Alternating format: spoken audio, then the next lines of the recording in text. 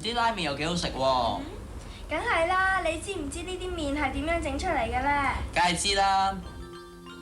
將麵條拉長，對接一次，變成2條，再拉長，再對接，變成4條。如果佢對接咗 n 次，咁麵條數目就可以用2嘅 n 次方嚟表示啦。咁你哋又諗唔諗到，仲有啲乜嘢呢係可以用2嘅 n 次方嚟表示嘅呢？生物老師講過，有啲細胞每分裂一次，數目就係原來嘅2倍。假如由1個細胞開始，分裂一次，變成2個細胞，分裂2次，變成2嘅平方，即係4個細胞，分裂3次，變成2嘅3次方，即係8個細胞。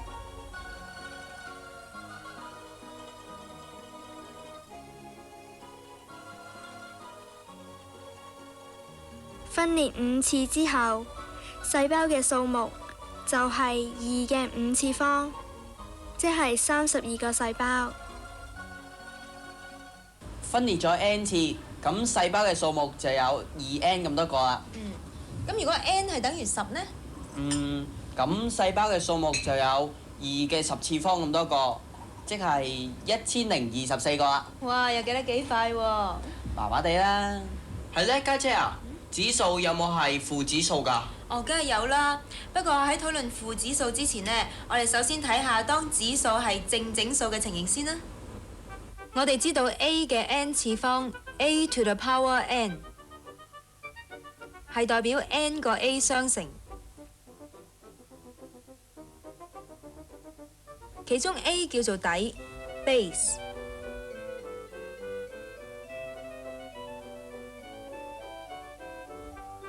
而 n 叫做指數 index， 佢係表示有 n 個 a 相乘。呢個我喺中學1年級已經學過啦。咁指數嘅乘除，你哋又知唔知點樣處理啊？如果指數係正整數，我就識計。咁你試下計 a 嘅5次方乘以 a 嘅3次方係幾多？a 嘅5次方即係5個 a 相乘 ，a 嘅3次方即係3個 a 相乘，全部就係8個 a 相乘。故此 a 嘅5次方乘以 a 嘅3次方等於 a 嘅8次方，而8係等於5加3。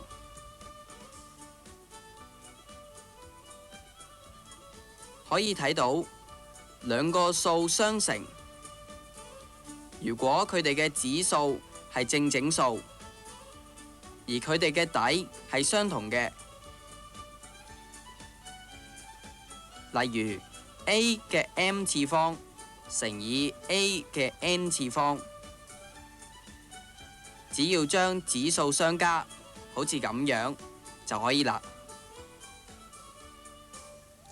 咁樣 a 嘅5次方除以 a 嘅3次方又係幾多 ？a 嘅5次方即係5個 a 相乘 ，a 嘅3次方即係3個 a 相乘。兩數相除，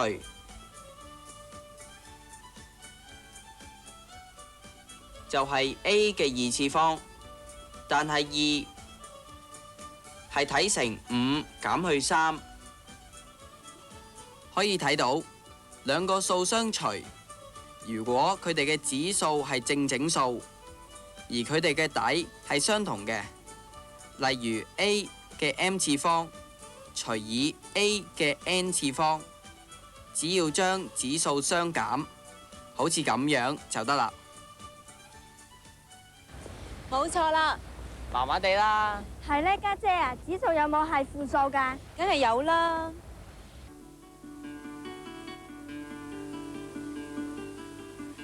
各位同學，你哋睇下 a 嘅指數嘅變化情形呢？ A 嘅4次方，即係4個 A 相乘，除以 A 呢，就係 A 嘅3次方，再除以 A 呢，就係 A 嘅2次方啦，再除以 A 呢，就係 A 嘅1次方，亦都即係 A， 再除以 A 呢，就係 A 嘅0次方，係等於1，再除以 A 呢，係 A 分之一，用 A 嘅負1次方表示，再除以 A 呢，即係 A 平方分之一，用 A 嘅負2次方表示，再除以 A 呢，即係 A 立方分之一，用 A 嘅負3次方表示。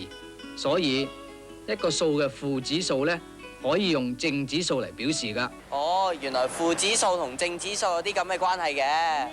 但係我仲唔係好明點解 A 嘅0次方係等於1，而 A 嘅負3次方係等於 A 嘅3次方分之一嘅。咁不如我試下由另一個角度嚟到解釋啊，好嗎？頭先你話 A 嘅 m 次方除以 A 嘅 n 次方係等於 A 嘅 m 減 n 次方。試睇下等式嘅左邊，如果 m 等於 n，咁 A 嘅 n 次方除以 A 嘅 n 次方就等於1啦。再睇下等式嘅右邊，如果 m 等於 n，咁 A 嘅 n 減 n 次方就等於 A 嘅0次方啦。而家你可以睇到 A 嘅0次方係等於1啦。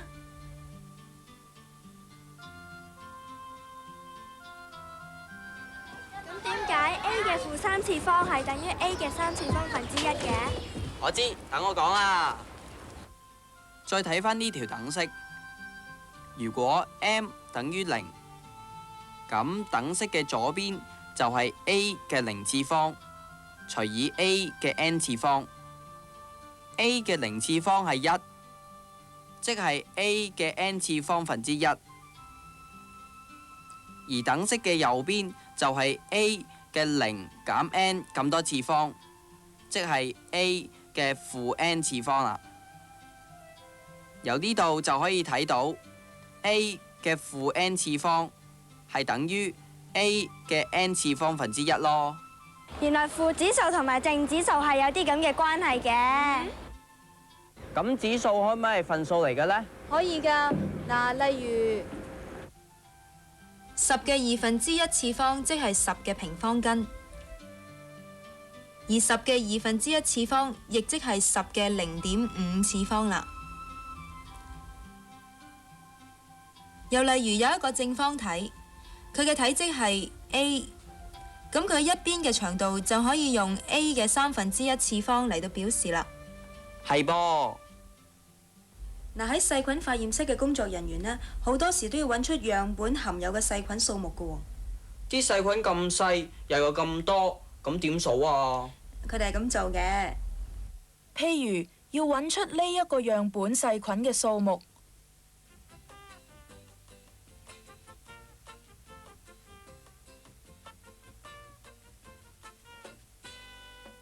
首先由呢一個樣本抽取1立方厘米，加入去9立方厘米嘅稀釋液裏面，即係話稀釋到10立方厘米。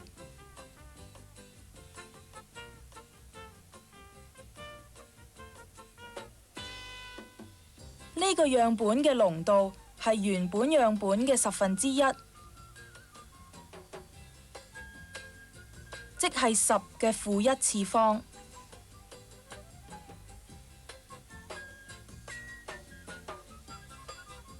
將稀釋嘅樣本抽出1立方厘米，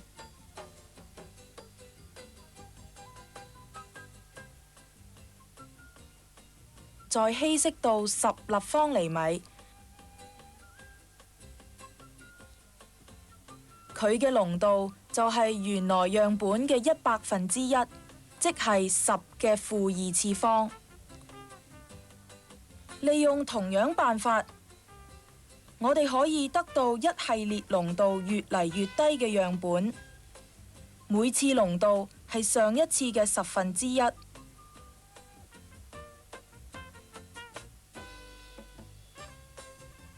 每一個樣本抽取0.1立方厘米嘅液體，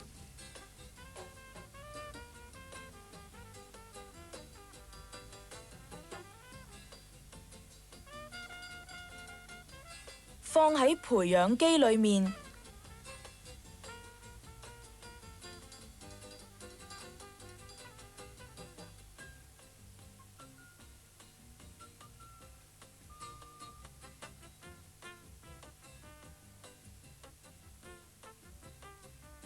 混合好，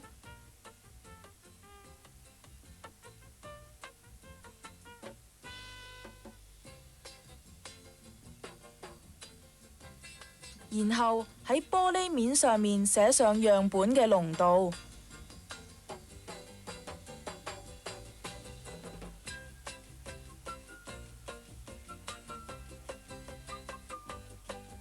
跟住放入溫箱裏面，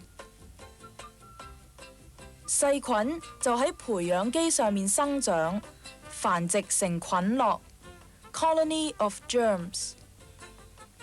每一個菌落係由一個細菌分裂繁殖出嚟嘅，經過若干規定時間，就可以喺溫箱拎出嚟數下菌落嘅數目啦。呢啲濃度大嘅樣本繁殖出嚟嘅菌落有好多，密麻麻，數都數唔到。呢個濃度只有10嘅-9次方嘅樣本，就有40個菌落。佢哋係由40個細菌繁殖出嚟嘅。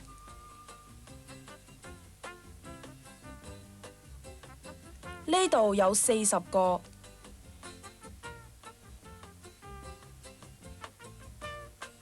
呢個濃度係剛才嘅10倍，故此細菌嘅數目就應該有400個啦。呢個濃度係剛才嗰個嘅10倍，故此細菌數目亦應該有10倍咁多，即係40乘以10嘅平方，即係4000個。再濃10倍，細菌就有40乘以10嘅3次方，即係4萬個啦。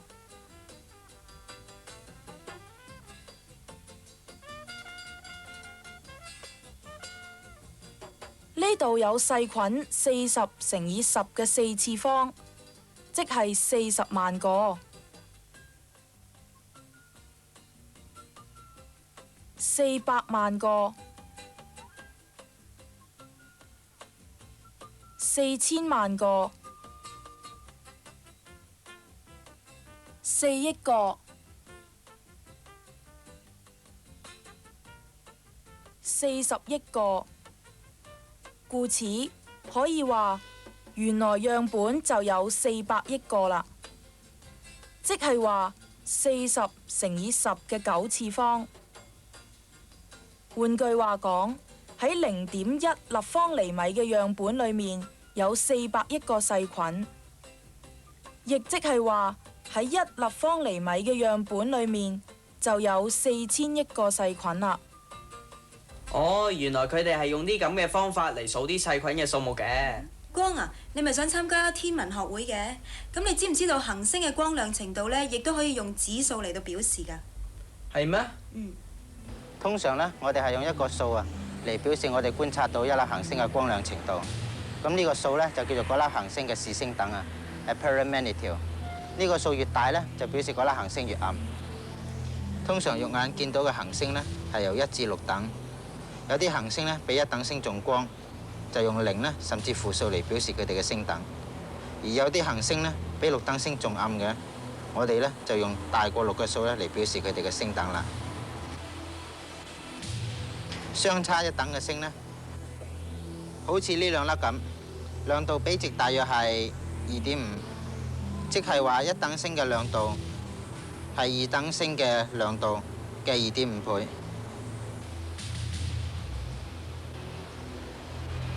相差2等嘅星，好似呢2粒咁，亮度比值就大約係2.5嘅2次方。相差3等，量度比值就大約係2.5嘅3次方。相差4等，就大約係2.5嘅4次方，如此類推。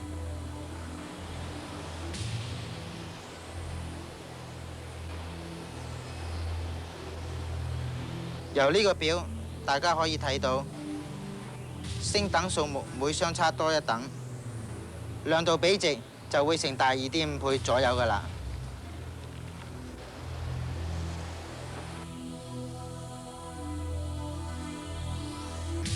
呢幅相片右邊呢個星座就係好出名嘅獵戶座 Orion。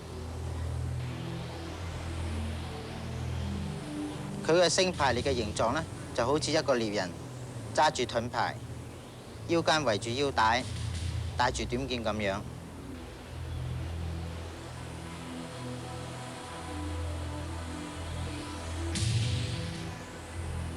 響獵戶座左下方呢個星座叫做大圈座 Canis Major。佢嘅形狀係被想像成好似一隻狗咁樣嘅。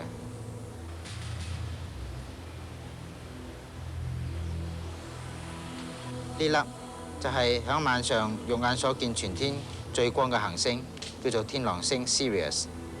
佢嘅視星等呢，大約係負1等。呢粒呢係2等星，冇咁光。呢粒呢係3等，仲暗啲。呢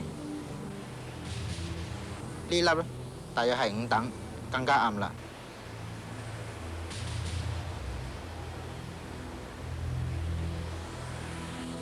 大家知唔知負1等星嘅亮度啊，係5等星嘅幾多倍呢？佢哋相差5減負1，即係6等。亮度比值呢，就大約係2.5嘅6次方，大約係244，即係話呢粒負1等星嘅亮度係呢粒5等星嘅244倍左右。用指數嚟計數有幾有用噃？係啊，尤其是要表示一啲好大或者好細嘅數目呢，用指數就會方便好多啦。科學計數法 （scientific notation） 就係用呢個形式嚟表示一啲好大或者好細嘅數，其中 A 係一個大過或者等於1而又細過10嘅數，而 K係一個整數。例如地球嘅直徑大約係1.276乘以10嘅7次方咁多米，太陽嘅直徑大約係1.392乘以10嘅9次方咁多米。指數嘅用處都幾多噃？咁你哋而家知道指數嘅用途啦，以後就要多啲留意啦。